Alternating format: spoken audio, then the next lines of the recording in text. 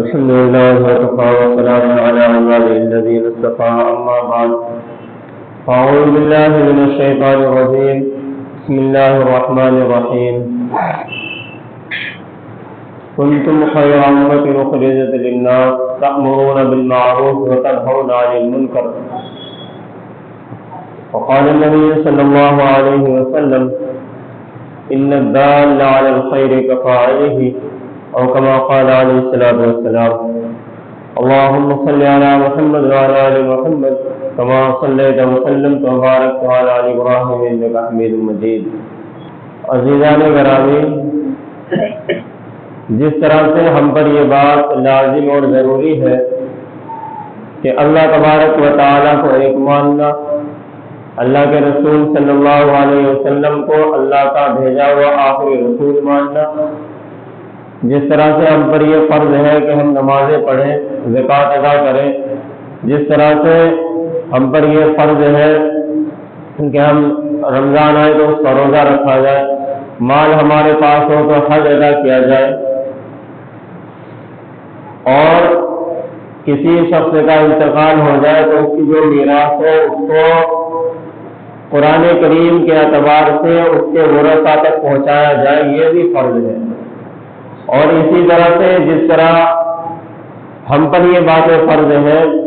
یہ بھی فرض ہے کہ اپنی نگاہوں کو نیچا رکھا جائے تاکہ کہیں غیر ضروری چیز پر ہماری نگاہ نہ پڑے.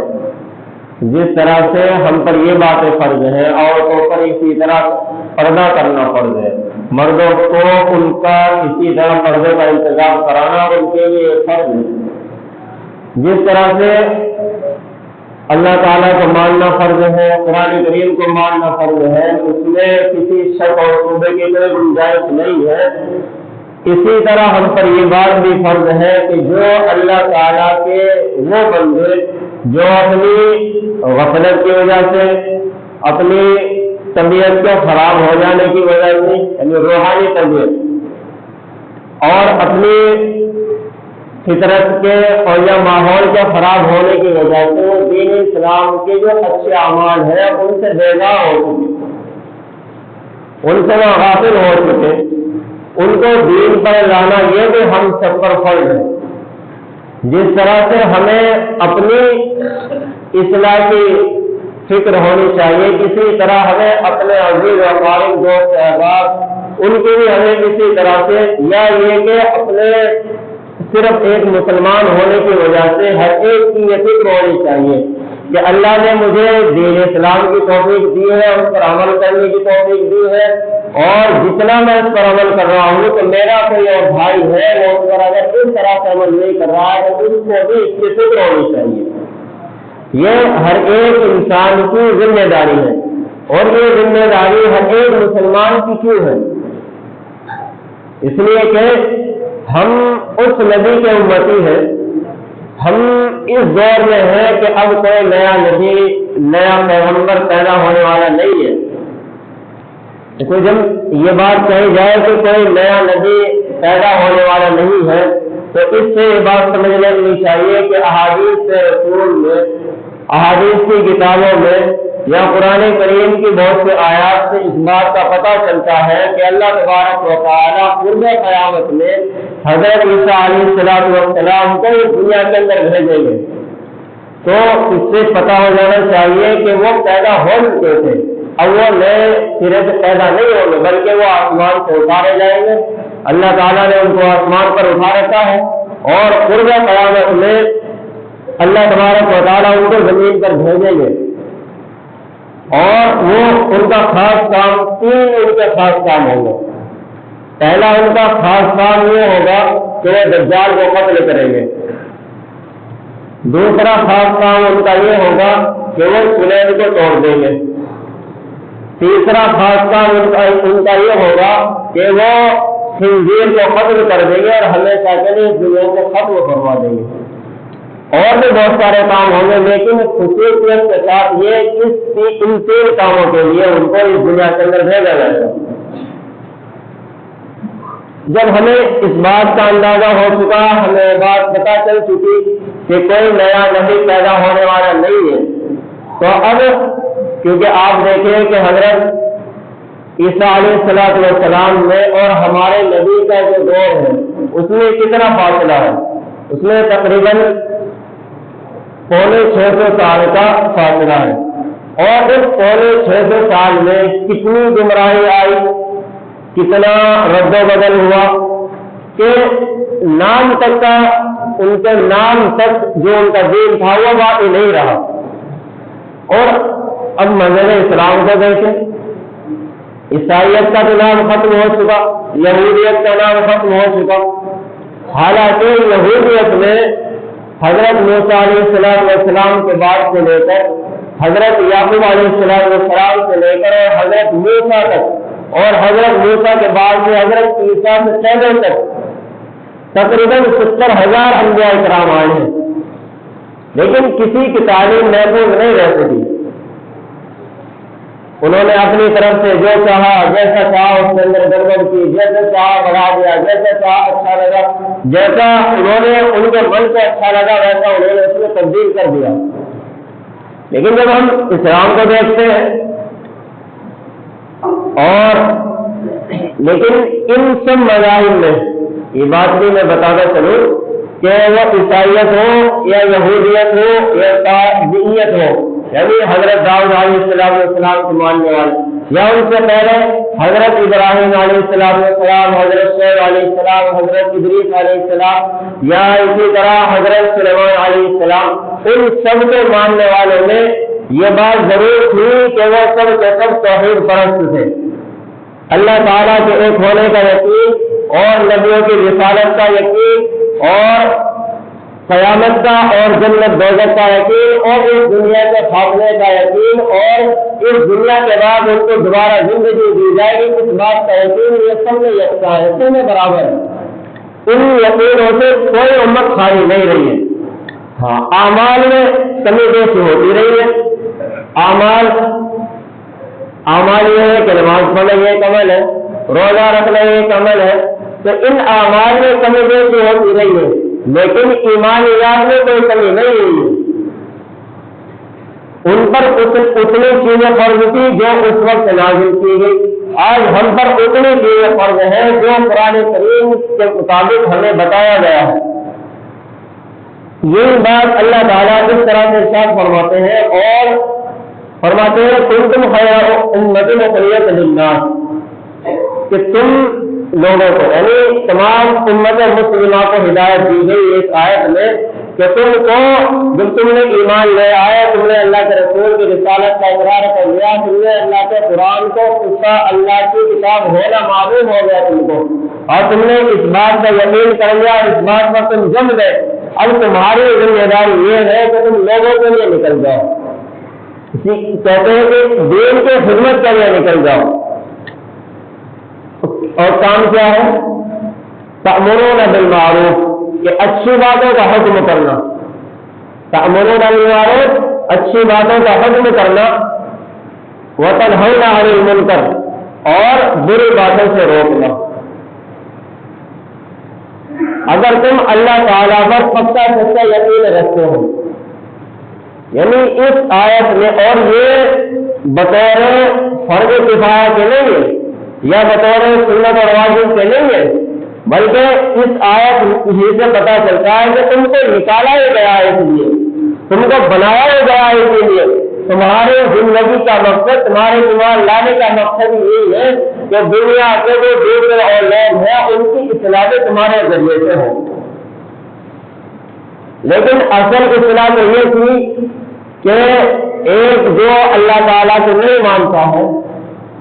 جو اللہ تعالیٰ کے ساتھ کسی اور کو ملاتا ہے، اللہ تعالیٰ کے کاموں میں کسی اور کو شریک کرتا ہے، تو ان کو اپنی طرف لانا تھا۔ اصل تو یہ تھا، اصل حکم تو یہ ہے، لیکن اگر خود گھر کے اندر خرابی آ جائے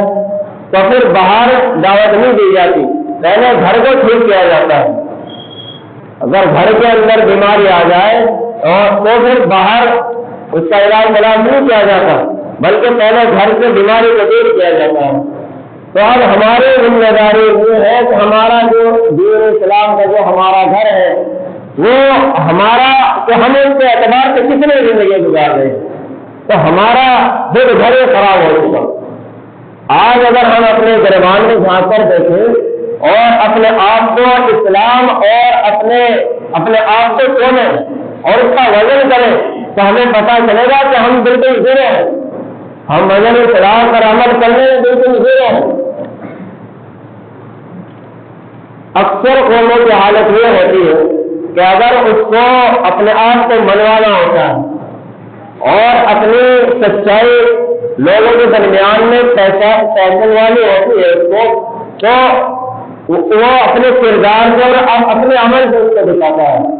عوام میں اسی کا کرنے پڑتا ہے۔ اور یہ دنیا نے دیکھا ہے، یہ باتیں دنیا نے دیکھی ہے۔ مسلمان قوم کہ جو جب تک وہ اپنے مذہبی شعار، مذہبی تہذیب اور توجہ اور اخلاقی اعمال پر پوری جمی ہوئی تھی، تو اس وقت لوگ ان کو یعنی مسلمانوں کو دیکھ دیکھ کر ایمان کے اندر داخل ہو رہے تھے کہ ہمیں بھی کلمہ پڑھائیے، کہ ہمیں بھی وہ طریقہ بتائیے جس طریقے سے یہ اچھے اچھے کام کرتے ہیں۔ آج ہماری حالت دیکھ لیں، ہمارے 90% ایسے ہوں گے کہ جو دین اسلام کے جو شاعر ہیں انہیں کو نہیں جانتے ہیں، جو دین اسلام کی روح ہے ان کو نہیں جانتے ہیں، دین اسلام کی جو تہذیب ہے اور دین اسلام کا جو تقدس ہے وہ ہم نے اپنے آپ میں پامال کر رکھا ہے۔ پھر ہمارے دین پر کوئی، اور پھر ہم جس ماحول میں اور جس ملک میں رہتے ہیں تو یہاں کی حالت ہو رہی ہے، یہاں کی حالت تو بڑی عجیب ہے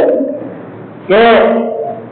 ہم نے اپنے آپ کو بالکل بہت ہی احساس سے کم طریقے میں ڈال دیا۔ چاروں طرف سے سوشل میڈیا مذہب اسلام کو بدنام کرنے سے لگی ہوئی ہے۔ ہم نے اس کے لیے کیا، اس کو روکنے کے لیے کون سا دروازہ اختیار کیا؟ کچھ نہیں کیا ہم نے۔ یہ جیسے کہا جاتا ہے کہ دو دھاری کی تلوار ہوتی ہے کہ ادھر سے بھی چلائے اور ادھر سے بھی چلائے، تو یہ سوشل میڈیا بھی وہی ہے۔ اگر کوئی لوگ اس کا غلط استعمال کر رہے ہیں تو اس کا صحیح بھی استعمال ہو سکتا ہے۔ اگر مذہب اسلام کے خلاف فروغ دینے اور اس کو بدنام کرنے کی سازشیں کی جا سکتی ہے تو اس کو پھیلانے کے لیے اچھی باتیں بتائی جا سکتی ہیں۔ اچھے جس طرح سے مذہب اسلام کے خلاف کہ جس طرح سے دوسرے مذہب میں اگر آپ ان جو مذہب اسلام کے علاوہ ہمارے ملک میں جتنے مذہب ہیں ان کو اگر تاریخ اٹھا کے دیکھیں تو اکثر ان کا مذہب ایسے ہیں کہ ان میں مورتی پوجا نہیں ہے۔ یہ ان کی کتابوں میں لکھا ہوا ہے، اس میں کوئی گھبرانے والی کوئی بات نہیں ہے کہ کوئی ایسے بات کر دی، یہ سب ان کے شاستروں میں اور ان کی گیتاؤں میں ان کی کتابوں میں سب سے لکھا ہے۔ لیکن ان لوگوں نے کیا کام کیا ہے؟ یہ کام کیا ہے کہ اپنا جو عمل ہے اس کا دائرہ انہوں نے منتخب نہیں کیا، عمل کا دائرہ منتخب نہیں کیا۔ وہ چاہے کسی بھی دیوتا کی پوجا کر لیں، وہ چاہے کسی بھی مندر میں چلے جائیں، وہ چاہے کیسا بھی عقیدہ رکھ لیں، بس یہ ہے کہ وہ ہندو ہونا چاہیے۔ ان کے یہاں یہی ہے۔ آپ 1947 سے پہلے کی ایک مردم شماری دیکھیں مسلمانوں کی حالت کیا تھی اس میں کہ وہاں جو مردم شماری ہوئی تو اس میں جو مذہبی خانہ تھا اس میں کتنے مسلمانوں نے اپنے آپ کو محمدی ہندو، حسینی برہمن، حسینی راجپوت یہ لکھا ہوا ہے، کس وجہ سے اپنا، اور یہ دیکھو سب کی بات ہے 1947 سے پہلے کی بات ہے۔ یہ تو شکر کریں کہ جو انڈیا گیٹ ہے، انڈیا گیٹ ہے جو اس کا نام لکھے ہوئے ہیں تو اس میں 60% سے زیادہ مسلم نام لکھے ہوئے ہیں، اور اس سے پتہ چلتا ہے کہ جو ذریعہ آزادی ہوئی ہے تو اس میں جو اصل کردار رہا ہے مسلمانوں کا کردار ہے۔ اور وہ ایک ایسی تاریخ ہے جو وہاں کیونکہ پتھر سے لکھا ہوا ہے تو انہیں نہیں سکتی، ورنہ آج کل جو اسکولوں کا جو سلیبس تیار ہوتا ہے، ان کا کورس تیار ہوتا ہے، جتنی مسلمانوں کی تاریخ کو سب کو مٹانے کی کوشش کی جا رہی ہے، اور یہاں تک کہ ان کو گنڈا اور گاہ کو پیش کیا جا رہا ہے، لیکن ہم سو رہے ہیں، سوئے ہوئے ہیں۔ ہم اس کے لیے کیا کر رہے ہیں؟ ابھی چند دن پہلے مظفر نگر کا واقعہ آپ لوگوں نے سب نے دیکھا اور سنا بھی ہوگا کہ وہاں جو ایک ریسٹورینٹ ہے یا جو ایک ہوٹل تھا تو اس کے اندر 90% مسلم لڑکیاں اور 95% غیر مسلم لڑکے کیا کر رہے ہیں؟ یہ ہماری موجودہ حالت ہے، لیکن ہم پر کوئی اثر نہیں ہوتا۔ اور جب کسی کا جنم دن آتا ہے، برتھ ڈے آتا ہے، تو اس میں تو پھر بس یہ سمجھتے ہیں کہ میں اسی دن کے لیے پیدا ہوا تھا، میں اسی دن کے لیے پیدا ہوا تھا، کہ اس میں جو نہیں کرنی ہوتی ہے وہ کام کرتے ہیں۔ اور پھر بہت سے لوگ یہ کہہ دیتے ہیں کہ یہ جو داڑھی ٹوپے والے ہیں ان کو کیا غرض ہے، کیا فیل ہے، کیوں ہم اپنا پیسہ خرچ کر رہے ہیں، ہم اپنی مال و دولت لٹا رہے ہیں، تو یہ ان کو کیا کام ہے؟ ان کو کوئی کام نہیں ہے کہ سوائے روکنے اور ٹوکنے۔ یہی ہے تأمرون بالمعروف وتنہون عن المنکر۔ ان لوگوں کو جن لوگوں نے کتابیں لکھ دی یا جن لوگوں نے حدیث رسول کی حفاظت کی، لوگوں کے کانوں سے کوئی پرواہ نہیں ہے۔ لوگ کہتے ہیں کہنے دو، لوگوں نے تو نبیوں کو نہیں چھوڑا، لوگوں نے ان کی اصلاح کے لیے جو برگزیدہ پیغمبر آیا، جو برگزیدہ شخص آیا، ان کی ہدایت کے لیے، ان کی رہنمائی کے لیے اس کو نہیں چھوڑا۔ قدریت ایک عام انسان ہے اور غلطیاں ان سے بھی ہوتی رہتی ہیں، میری زبان سے بھی غلطی ہو سکتی ہے، اعمال سے بھی غلطی ہو سکتی ہے، لیکن جو موجودہ صورت حال ہے وہ بڑی تشویشناک ہے، بڑی غور و فکر کی حالت ہے ہماری، کہ ہم چلنا تو ہمیں چاہیے نا کدھر، ہم چل رہے ہیں کدھر۔ ہم نے کبھی سوچا نہیں کہ ہم یہاں دنیا میں اور خاص طور سے دین اسلام کو ماننے کے اعتبار سے، دین اسلام کو ماننے کے اعتبار سے ہم نے اس کے لیے کیا کیا ہے کہ اگر میں ہر ایک فرد واحد یہ خود سوچ لے کہ میں نے اپنے دین کے لیے کیا کام کیا۔ اگر کسی کو یہ لگتا ہو کہ جو آج کل کے علماء ہے وہ ٹھیک کام نہیں کرتے، یہ بات میں پہلے بھی کئی مرتبہ کہہ چکا ہوں، آج پھر میں کہہ دیتا ہوں کہ اگر کسی کو یہ لگتا ہے کہ یہ ٹھیک کام نہیں کر رہے ہیں تو آیا ان کی اور زیادہ ذمہ داری ہو جاتی ہے۔ جس کو یہ لگتا ہے کہ یہ کام ٹھیک نہیں کر رہے ہیں تو اب ان کی اور زیادہ ذمہ داری بڑھ جاتی ہے کہ وہ خود ٹھیک ہو، خود اس قابل بنے کہ وہ رہبری کر سکے، خود اس قابل بنے کہ وہ مکمل دین پر عمل کر سکے، دوسروں کو ہدایت کا ذریعہ بن سکے۔ اور اس پر ہمیں اگر اللہ کے رسول کے حدیث کو دیکھیں کہ ہمیں اس پر ثواب کیا ملتا ہے، اگر ہم ہماری کسی ایک بات سے کوئی آدمی اچھے عمل کی طرف آ جاتا ہے اور وہ اس اچھے عمل کو کرنے لگ جاتا ہے، میں یہاں بیٹھ کے کہہ رہا ہوں یہ آپ سن رہے ہیں، یا یہ کہ آپ میں سے کوئی آدمی کسی اور کو بھی بتائے اس کے لیے یہ حدیث سب کے لیے عام ہے، کسی ایک میرے لیے نہیں ہے یا کسی ایک عالم کے لیے نہیں ہے، بلکہ یہ سب کے لیے عام ہے، جو چاہے اس پر عمل کرے۔ اللہ کے رسول فرماتے ہیں ان الدال علی الخیر کفاعلہ، کہ جو انسان کسی انسان کی خیر پر، بھلائی پر رہنمائی کرے گا تو وہ کرنے والا جو اس کی وجہ سے کسی خیر پر عمل کرنے لگ گیا، اس کے کہنے کی وجہ سے، اس کو دیکھنے کی وجہ سے، تو اب اس کہنے والے کو اس کے برابر ثواب ملتا رہے گا، اس کہنے والے کو، اس کرنے والے کو جتنا ثواب ملے گا ملے گا، لیکن جتنے کہا ہے جس کی وجہ سے وہ عمل پر آیا ہے تو اس کو برابر قیامت تک ثواب ملتا رہے گا۔ اور یہ بات اللہ کے رسول نے دو طرح سے ارشاد فرما دی کہ ایسا نہیں ہے کہ اگر صرف خیر میں ہی یہ بات ہو، شر کے اندر بھی یہی بات ہے، برائی کے اندر بھی یہی بات ہے کہ اگر کسی کو برا راستہ بتایا ہے اور وہ اس پر چل پڑا ہے، جب تک وہ برے عمل کو کرتا رہے گا تو تمہاری وجہ سے اس نے برا راستہ اختیار کیا ہے، تو جتنا گناہ اس کو ملے گا اتنا تمہیں بھی ملے گا۔ آج کل ایک ایگزامپل ہے سب کے سامنے رہتا ہے، وہ میں آپ کے ذہن میں یاد دہانی کرا دوں۔ اسٹیٹس لگاتے ہیں، اسٹوریز لگاتے ہیں، اکثر لوگوں کی اسٹوری کیا ہوتی ہے؟ واحیات جن سے کوئی فائدہ نہیں ہے، گانے، اگر کوئی دین کی بات بھی ہوگی تو بھی کوئی نہ کوئی اس کے پیچھے جو رنگ ٹون لگی ہوئی ہوتی ہے تو وہ بھی کسی گانے سے لی ہوئی ہوتی ہے، ساز اس کے اندر ضرور ہوتا ہے۔ تو یہ ایک ایسا عمل ہے کہ اگر کوئی آدمی کسی نے کیا، کسی نے 60 آدمیوں نے دیکھ لیا، 50 آدمیوں نے دیکھ لیا، 200 آدمیوں نے دیکھ لیا، آدمی بڑا خوش ہوتا ہے کہ میرا اسٹیٹس بڑا وائرل ہو گیا، بہت لوگوں نے دیکھ لیا،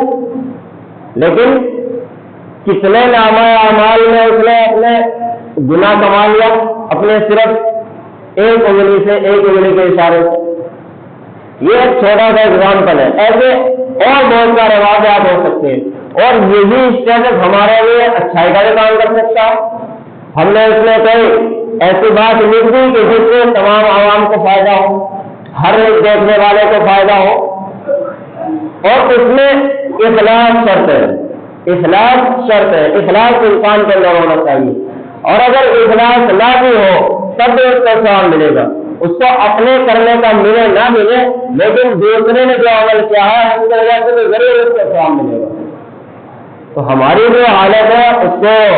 سمجھنا چاہیے، اور جو ہماری جو دین اسلام ہے، ہمارا جو طریقہ ہے، وہ ہم نے اس کو اپنے غفلت کی وجہ سے اور اپنے ناسمجھی اور کم علمی کی وجہ سے اگر اس کو چھوڑ دیا ہے تو اللہ کے واسطے اسی دین کی طرف آئے، اللہ کے واسطے اسی دین میں ہمارے لیے کامیابی ہے، اسی میں ہماری مدد ہے۔ اللہ تعالیٰ فرماتے ہیں ان ینصر اللہ، کہ اگر تم اللہ تعالیٰ کے دین کی مدد کرو گے تو اللہ تعالیٰ تمہاری مدد کرے گا۔ حالانکہ اللہ تعالیٰ کو ہماری مدد کی ضرورت نہیں ہے، دین کو اللہ ہماری مدد نہیں ہے، ہمیں دین کی ضرورت ہے، ہمیں طریقہ چاہیے عمل کے لیے، دین کے لیے انسان نہیں ہے بلکہ دین انسانوں کے لیے، دین انسانوں کے لیے ہے۔ تو اسلام کا جو طریقہ ہے وہ انسانوں کے لیے ہے، وہ کرے تو ان کا بھلائی ہے، نہ کرے تو انہیں کا نقصان ہے، کسی اور کا کوئی نقصان نہیں ہے۔ اور اگر ہم نے اس نعمت کا اگر شکر ادا نہ کیا تو پھر اللہ تعالیٰ نے ارشاد فرما رکھا ہے کہ اگر تم اس کی ناشکری کرو گے تو یہ مشکل ہو جائے گی، اور اس کا شکر کیا ہے؟ اس پر مکمل طریقے سے عمل کرنا، اس پر مکمل طریقے سے جم جانا، اور اپنی آنے والی نسلوں کے لیے ایسا کام کر کے جانا کہ وہ دین اسلام کو ہمیشہ کے لیے اپنے دل کے اندر جما کے رکھے۔ اور دین اسلام کے جو شاعر ہیں جیسا کہ مساجد ہیں یا کیونکہ ان سے دین اسلام دکھتا ہے، مدارس ہیں، ان کی خدمت کرنا یہ بھی ہم پر فرض ہے،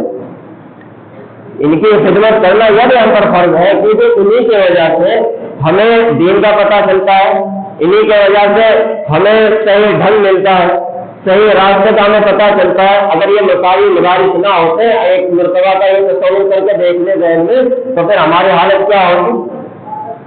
اگر ہندوستان کے اندر جتنے مدارس ہیں، مکاتب ہیں، لیکن یہ بھی کم ہے، یہ بھی کم ہے۔ آج کل جو ارتداد کا جو ماحول ہے، جو ایک سرکشی کا جو ایک ماحول ہے، وہ اس کی وجہ کیا ہے؟ کیونکہ جو بنیادی تعلیم ہے، عقائد کی جو تعلیم ہے وہ کمزور ہے، عقائد کی تعلیم وہ بہت ہی کمزور ہو گئی، اور اس میں ان ماں باپ کا قصور بھی ہے، کیونکہ جو پڑھانے والے ہوتے ہیں ان کو اگر پوری عمر میں نالج نہیں ہے تو آج آپ کے بچوں کو کیا نالج دے دیں؟ تو وہی کہ پیسہ تھوڑے ہونے کی وجہ سے یا پیسہ تھوڑا دینے کی وجہ سے تو ایک ہلکے پھلکے سے جس نے بہت تھوڑا سا پڑھ لیا اور اس کو پڑھانے کے لیے لگا دیتے ہیں اپنے بچوں کو، تو اس کو مکمل تعلیم ہوتی تو آپ نہیں ہے تو آپ کے بچوں کو کیا اچھی تعلیم دیں گے؟ تو اسی لیے جس طرح سے ہم اپنی ایجوکیشن کے لیے، اپنی دنیاوی تعلیم کے لیے اچھے اسکولوں کا انتظام کرتے ہیں، اسی طرح سے ہمارے لیے یہ بھی ضروری ہے کہ اپنے بچوں کے لیے اگر ٹیوشن لگوائے تو اس میں بھی کسی اچھے عالم کا انتخاب کریں، کسی ایسے کا کہ جس کا عقیدہ بالکل راسخ ہو، جو بالکل اعمال اور عمل کے اعتبار سے مضبوط ہو، ایمان اور عقائد کے اعتبار سے مضبوط ہو، بھلائی اس کے فیس سے زیادہ ہو، لیکن آپ کے بچوں کو جو تعلیم ملے گی وہ اعلیٰ تعلیم ملے گی۔ لیکن اس کی کوئی کوشش نہیں کرتا کہ بس ایک مرتبہ ناظرہ پڑھ لیا تو بہت ہو گیا۔ حافظ صاحب کے بس آپ ان کو ایک اردو کی کتاب پڑھا دینا، 2-4 کلمے سکھا دینا، بس بہت ہو گیا۔ اس کو بہت سمجھ لیتے ہیں، اور جب بڑے ہو جاتے ہیں بچے وہ کہتے ہیں ہمارے ماں باپ نے ہمارے ساتھ ناانصافی کی، ہمیں وہ تعلیم نہیں جو ہمارے آنے والی زندگی میں، جو ہمیں مرنے کے بعد ہمارے لیے کام آئے گی، ہمارے آخرت سنوارنے کے لیے تعلیم دیتے تو کاش کہ ہم بھی بہت زیادہ قرآن کریم پڑھ لیتے۔ اور پھر اکثر لوگوں کو دیکھا جاتا ہے رمضان کے موقع پر سوچتے ہیں بیٹھ کے کہ کاش کہ میں بھی قرآن پڑھا ہوا ہوتا، کاش کہ میں بھی کوئی کتاب پڑھا ہوا ہوتا تو میں حدیث رسول سے میرے دماغ سے ادا کر لیتا، تو یہ سوچتے ہیں۔ لیکن جب ابھی اس کا اگر موقع ہے تو اس کو مکمل طریقے سے ہمیں لپک لینا چاہیے اور پکڑ لینا چاہیے۔